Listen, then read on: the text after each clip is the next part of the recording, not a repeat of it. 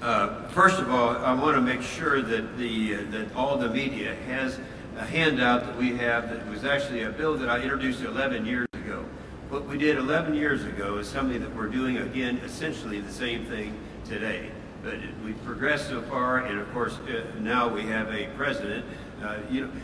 This president is a very controversial president. It's his style, and I happen to like his style. A lot of people don't. But let me tell you, he's getting things done. In terms of our economy right now, we have, since we started keeping records in 1884, we have the lowest unemployment rate that we've had in all that time.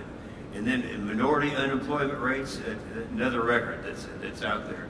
And so this guy is really doing a great job. He's now rebuilding the military that Barack Obama had let die on the vine a little bit. And I don't say that critically of him, because he is a self-professed, very proud liberal, and very proud liberals don't care that much about the military. But we're in a situation right now where we have countries that are peer competitors, and I'm talking about countries like China and Russia, who actually have equipment that's better than ours. They have artillery that is more rapid fire and more range than we have in this country. This is something we're not used to, and this is something that we're changing right now. So some good things are happening. But the other thing, and what we're going to talk about today, is the wall. Now, I don't know. A lot of the people don't think it's really necessary to have a wall. They don't think this is as big a deal as I think it is. The president has decided that in order to really protect our interests in this country, we're going to have to do something and do what every other country does, and that is have a wall. Now, the big stickler has always been, how are you going to pay for it? So what I'm introducing, we actually announced this nationally yesterday, is a bill that shows how we're going to pay for it. Now, the cost has been used as $25 billion. That's probably accurate. You're talking about the total mileage of a border is 1,954 miles, and of that, about 1,200 of that would be covered with a wall. We'd be using drones and others, but the smart guys have figured that out and how to make that happen. But the point is, it's going to have to be a wall. We're going to have to pay for it. Now, I'm probably the logical one to be doing this, because I actually was a builder and developer down on that wall, down on the border, for over 20 years. We're talking about down in Brownsville, Texas, and down in the Texas border. And so I know those guys down there. I know the agents on the border, and so we've had the benefit of what they say we need to do to make America safe, and that's what we're doing. And of course, and let's keep in mind, I don't blame the ones that are coming up. Right now, the caravan they talk about coming up here, well, you got to keep in mind that when Obama was first elected, he invited it. He stood up there and said, Guatemala, Nicaragua, Honduras, come on up here. We want you in the United States. And that is just, liberals like that. Probably some of this group right here likes that, but I don't. And I think that the president's right on target when he says we're going to have to make major changes. So what we're going to do is show very clearly how we can pay for this thing, and we're going to make it happen. To give you an idea about the severity of the problem, the Heritage Foundation came out with something no one has refuted.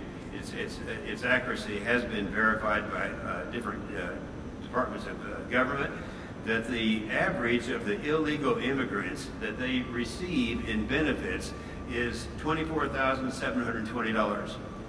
$24,720 a year. And the total amount of money that they, while they're here, the total amount of money, taxes that they pay, are $10,000. So you take the $24,000, then you can see where the seriousness of the problem.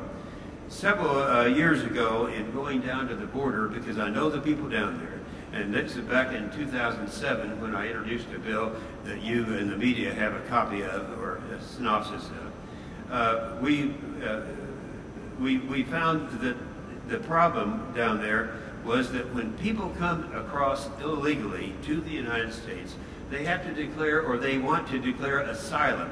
Asylum is a way they can come into the country saying that they need the protection of a country. Now, they actually want to come in for other reasons, and I think we all know what those other reasons are.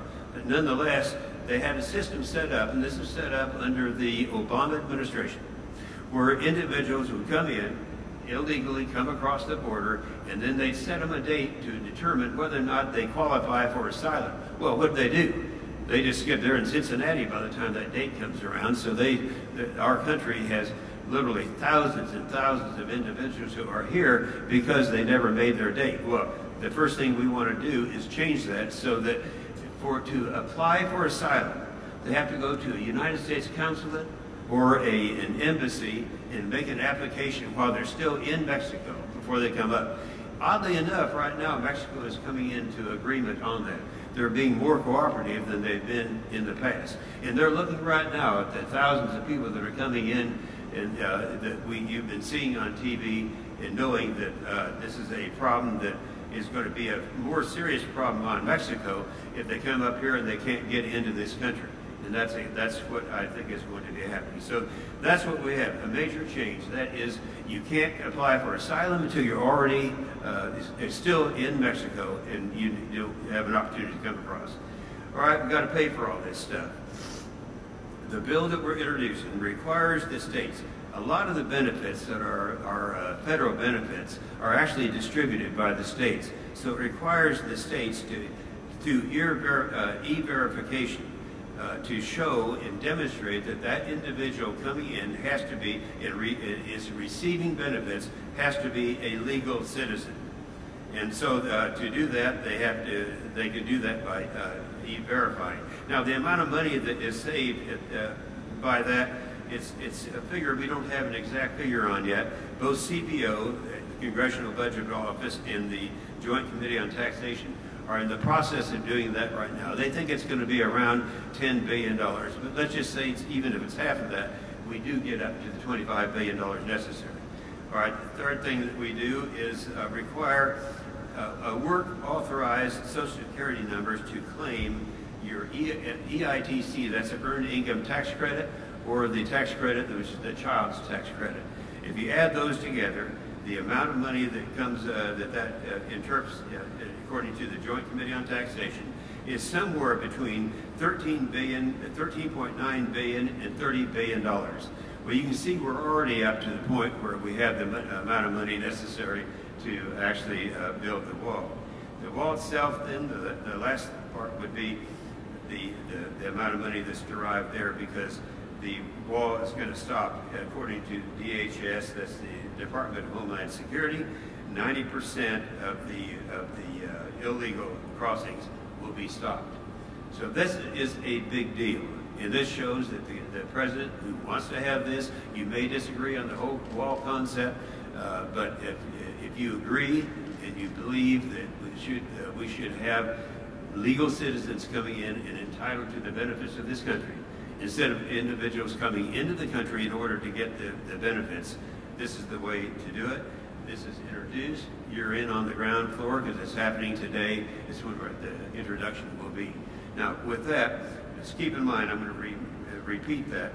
The amount of money that comes into the tax credits, the child tax credit and earned income tax credits, is going to supply most of the $25 billion. But in addition to that, you're going to have state programs that are federal programs that are administered by the state. But the state is going to be forced to verify that the individuals who are receiving benefits are in fact citizens.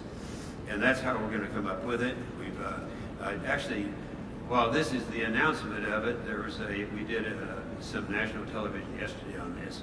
So that's where we are right now, and I'd be willing to open it up.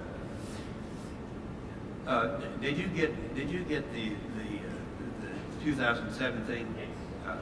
All right.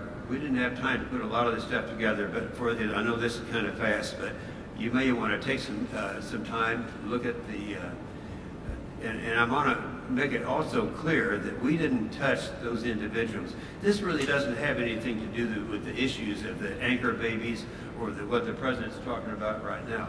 That's something that should be done, and you'll see in one of the handouts, a bill that I introduced in 2007 actually did take away the birthright issue. because I think that's one that shouldn't be entitled to. But to offset the criticism that you get by saying that you're addressing the birthright issue, this does not address any of those individuals. Senator, given the midterms, what are your chances of getting it passed? Okay, here's the thing. The reason it didn't get passed before, that's a great question. I'm going to repeat questions because I want everyone to hear. You said, what's the chance of getting things passed? You know, I'm talking about something that I introduced in 2007. We knew at that time it wouldn't get passed. It wouldn't get passed because this becomes a partisan issue. In 2007, both the House and the Senate had a majority of the Democrats instead of Republicans, and that has changed now. Now we got an election coming up, if no one's noticed, next week, and it's going to have an impact. I think that is going to remain the same, assuming that this does become a partisan issue. Now let me tell you why it becomes a partisan issue, and some of you guys won't like this, but when you have a party, and Obama, I mentioned that one of the first things he did when he was first elected was to announce and invite people from all these countries, not from Mexico, but from countries south of Mexico and from the Middle East and elsewhere, come to America, we love you, we want you to join in on all this fun that we're having here. So that was was on behalf of the Democrat Party. They somehow believe, and I don't agree with it, they think that if you bring in people who are illegal, they're all going to vote Democrat. Let me tell you why I think that's wrong. One of the real driving issues, and one of the things that Democrats have in their platform, is abortion on demand. And most of the people that come actually from the Central America, South America, and Mexico are Catholics, and they're very pro-life. I'm not convinced that they are right in their strategy, but nonetheless, that actually comes from the Democrat national platform, that they want to encourage as many people to come in legally or illegally to this country with the idea of building their population. So so my answer to your question is, wait and see what happens on this coming Tuesday, and I think that you're going to find that we're going to have an environment to work in where this is going to happen. By the way, there are a lot of Democrats who agree also. Because you got to keep in mind, Democrats and Republicans alike are paying taxes that are paying for all this stuff that are going to people who are not here illegally. Good question. Yes, Randy.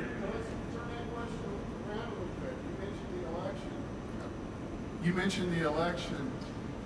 So we've been talking about this for 2 or 3 years. You're introducing it today, 3 days ahead of the election. Is this being done today because of the election? No, I wouldn't. We had two choices, either do it right before or right after the election. I'd rather just go ahead and do it because I think that two things can happen. The Republicans will have control of the United States Senate. There's no question about that. We'll probably increase. Now, you can say you heard it here first. We'll learn on Tuesday that we'll pick up, instead of having a majority of 1 in the United States Senate, we'll have a majority of probably 4, could be 5. And so I don't think anyone disagrees with that. It's not settled yet whether Republicans would have the House, but the issue is so popular that it could really put pressure. If you look at a lot of the Democrats who are running in the House of Representatives, Randy, they are individuals who are saying, we're not going to vote, we're not going to elect Nancy Pelosi for the leadership and all of this. So they're becoming fractured anyway.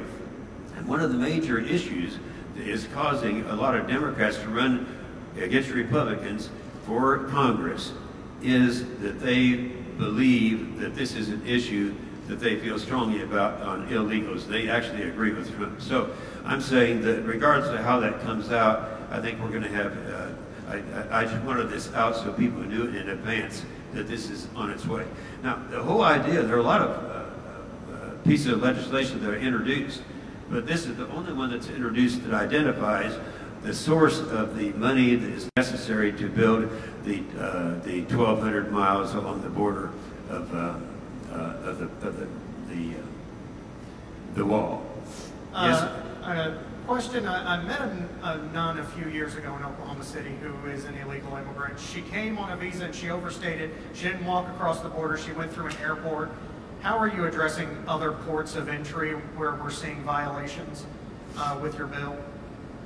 Well, The source of the funding is what this bill is all about.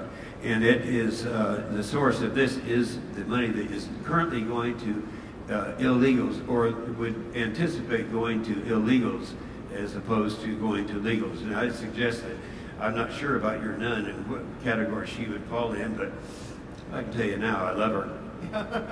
I was wondering, the big thing in 2016 was not only were we going to build the wall, but Mexico was going to pay for it. Do you have a provision in here about how we're going to get some pesos, or any idea on how Mexico's going to? Yeah, well, Mexico's going to pay for it because the individuals who are coming here illegally are the source of the money it takes to build the wall.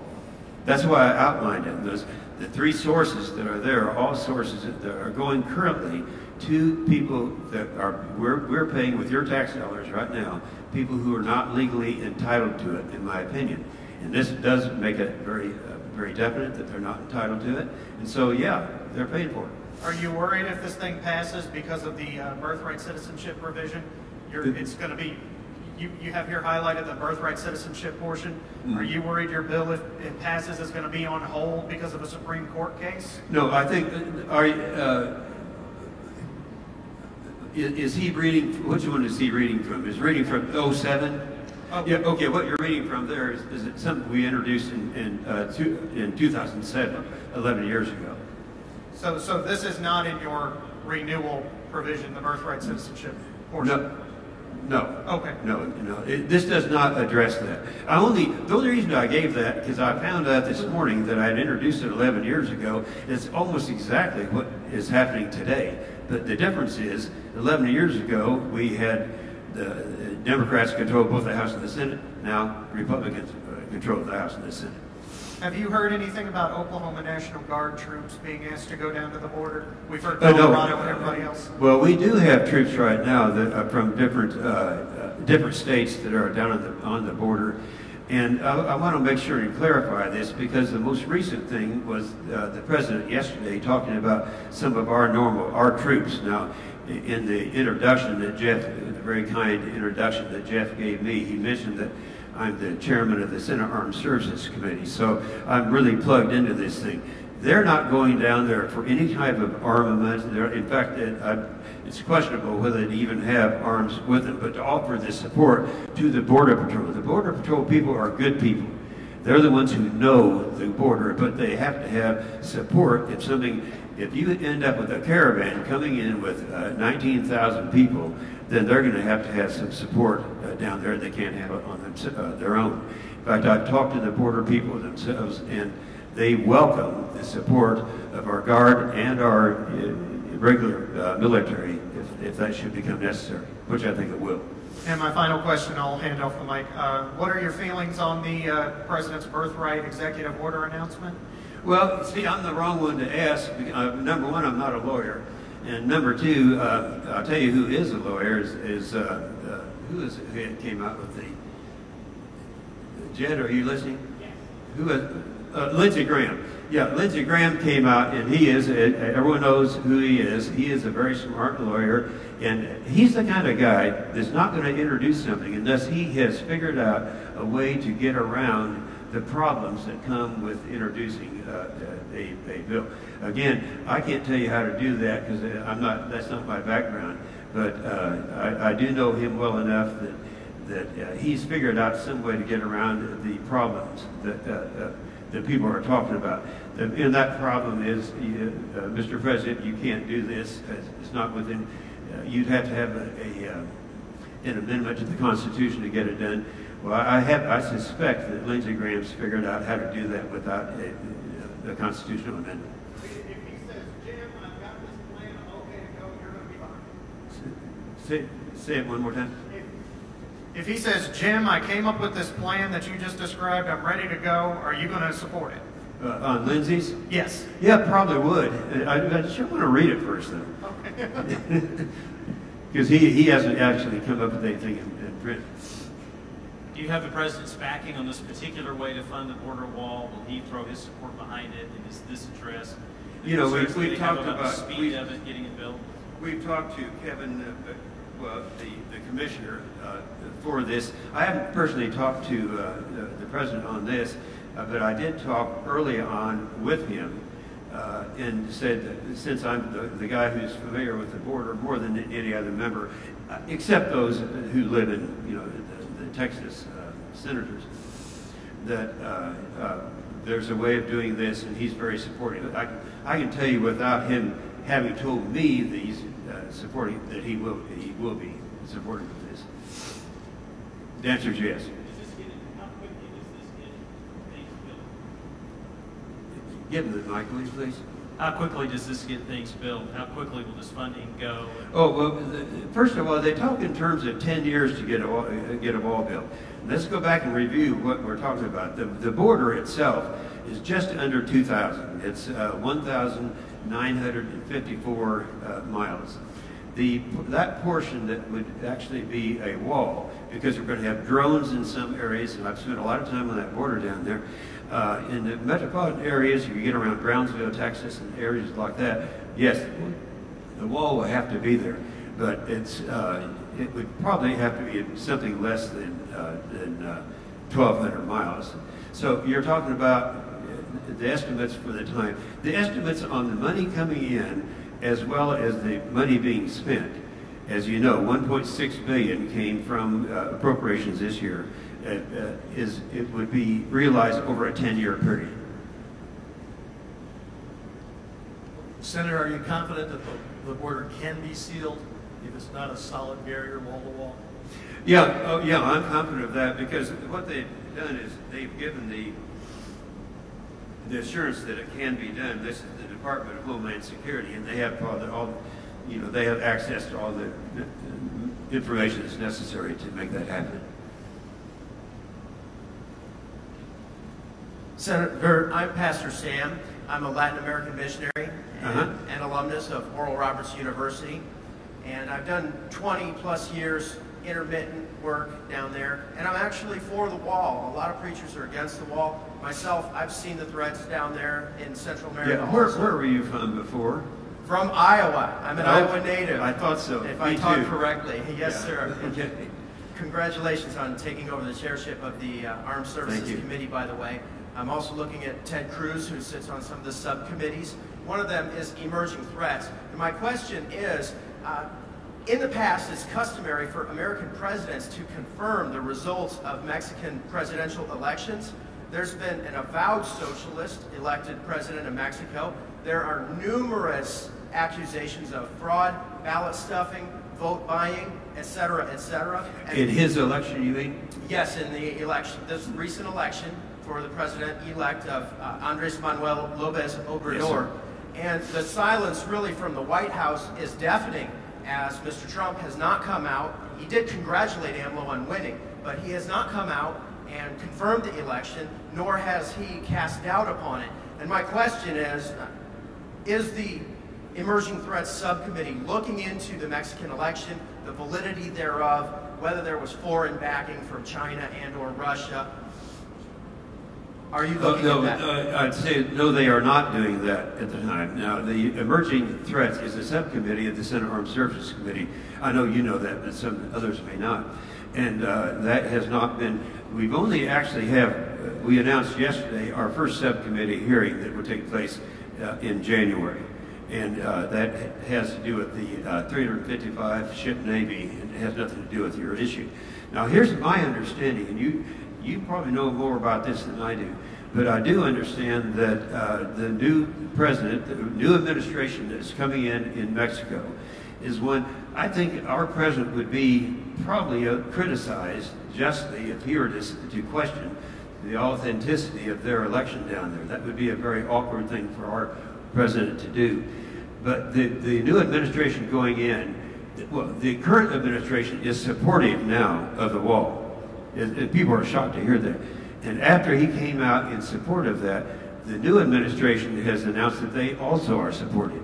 This is something that's new in this, because you're getting, in fact, even Guatemala is talking about their supportive of the wall. So this is becoming more and more of a reality as days go by. So I think that they are supportive, and I think that I know that they've actually made the statement that they are. One more question. Yeah, and this is a clarification. You made a reference to 19,000 people in a caravan, and oh no, okay.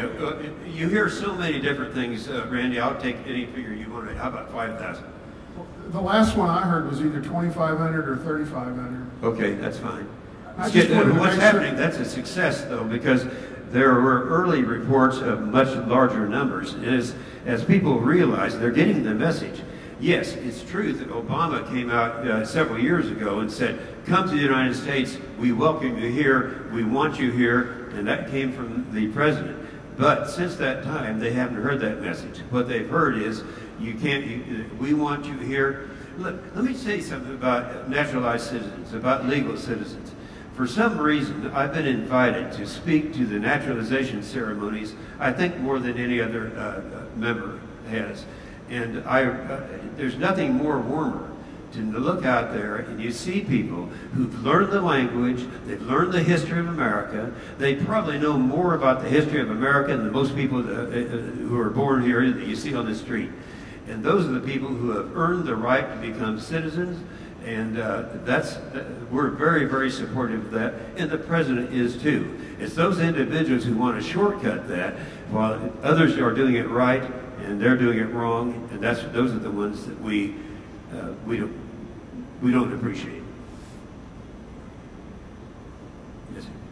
Okay, I'm going to be around here for a while individually if you want to talk about this. And again, Jeff, thank you very much for offering your place here and the great work that you're doing for not just Oklahoma and Tulsa, but for America. You guys are doing the Lord's work.